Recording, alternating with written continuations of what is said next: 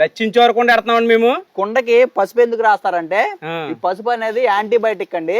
ఈ బియ్యం కడుగు గాని గంజి గాని అన్నం వండేసిన గంజి ఉంటది కదా, ఇది ఇందులో పోసి పులుసు పెట్టాలి. మూత పెట్టి పక్కన పెట్టేసుకుంటాం అండి. ఒక 3-4 రోజులు అలా పెట్టేయడం వల్ల అది నిల్వ ఉంటది కదా, ఆ నిల్వకి అది పాడైపోకుండా ఈ పసుపు రాస్తే ఆ యాంటీబయాటిక్ వల్ల దాంట్లోకి క్రిములు అయ్యి దరిజాగకుండా ఉంటదని చెప్పేసి ఆ జాగ్రత్త. అంటే గత రోజుల్లో కాదు కదా, ఇప్పుడు పురుగుల మందులు అవన్నీ కొట్టడం వల్ల ఇబ్బంది అవుద్దని చెప్పి నేను ఒకసారి కడిగేసి నీళ్ళు వంపేశానండి.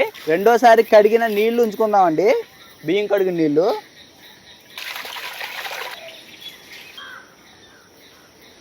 ఇప్పుడు ఇందులో బియ్యం కడిగేసాం కదండి, అదే రకంగా సాయంత్రం అన్నం వండుకునేది ఏమైనా ఉంటే కనుక గంజి, బియ్యం కడుగు గంజి అలా 2-3 రోజుల పాటు పోసుకున్నాం అంటే కుండ నిండుద్ది. ఇందులో ఒక 3 రోజుల పాటు అలా పులిసిందంటే పులిసిన తర్వాత మనం చారు చేసుకోవాలి. లక్షించారు కుండ అండి, మనం 4 రోజుల కింద పెట్టాం దీన్ని. ఇప్పుడు పైకి ఇలా నీళ్ళ తేలిపోయిందండి, కిందకి చిక్కదంతా వచ్చేస్తుంది కదా, దాన్ని తీసుకొని మనం వాడుకోవాలండి చారు కోసం. దాన్ని ఒక దాంట్లో వేసుకుందాం. ఇప్పుడు దీంట్లోనే రుచికి సరిపడి ఉప్పు కూడా వేసేసుకుందాం.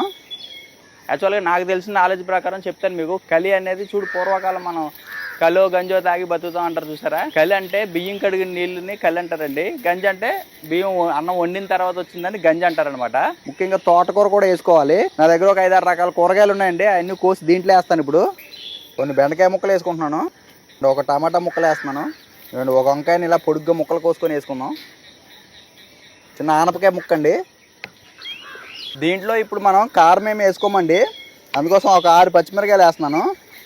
పొయ్యి మీద పెట్టేసి ఒక 15 నిమిషాల పాటు మరిగించుకుందామండి దీన్ని.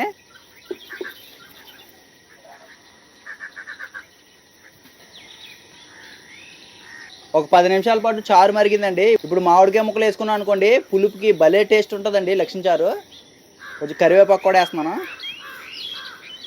ఇంకొక 5 నిమిషాల పాటు మరిగించుకున్నాం అంటే మనకి లక్ష్మీ చారు రెడీ అండి. వేడి వేడి అన్నంలో కలుపుకొని తింటమే.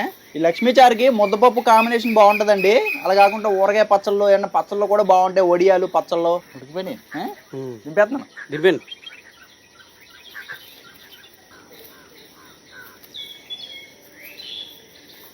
నేను చిన్నప్పుడు తిన్నాను, మా నాన్నమ్మ చేసేది. ఆహా, ఇది ఒక అద్భుతమైన టేస్ట్ అండి. ఇదా బాగా డిఫరెంట్గా ఉంది. అంటే ఉప్పులు కారాలు ఏమి ఉండవు కదా.